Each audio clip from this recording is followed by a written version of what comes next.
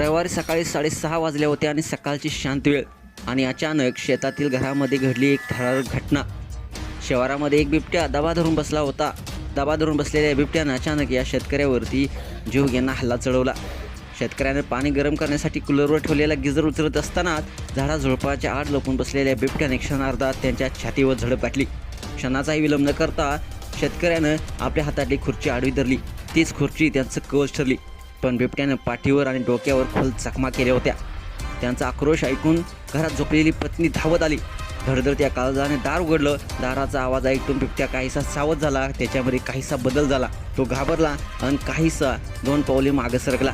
हीच संधी साधून शेतकरी धडपडत दरवाज्यातून आत घुसले आणि पत्नीनं प्रसंगावधान राखत पटकन दार लावून घेतलं।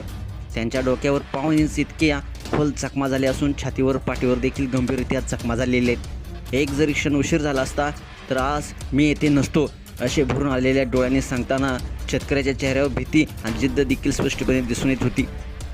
या घटनेमुळे संपूर्ण गावात खळबळ माजली आहे। पण या शेतकऱ्याचं धाडस आणि पत्नीनं प्रसंगावधान यामुळे त्यांचा जीव वाचलाय। आज गावकऱ्यांच्या चर्चेमध्ये मात्र या दाम्पत्याच्या शौर्याचं कौतुक केलं जात आहे। संकट कितीही मोठं असलं, धैर्य आणि प्रसंगावधान असलं तर जीव वाचवता येतो। या घटनेनं पुन्हा एकदा सिद्ध झालेलं आहे। अशाच बातम्यांसाठी तुम्ही आत्ताच एस स्पोर्ट्स चॅनेलला सबस्क्राईब करा आणि अपडेट राहा। धन्यवाद।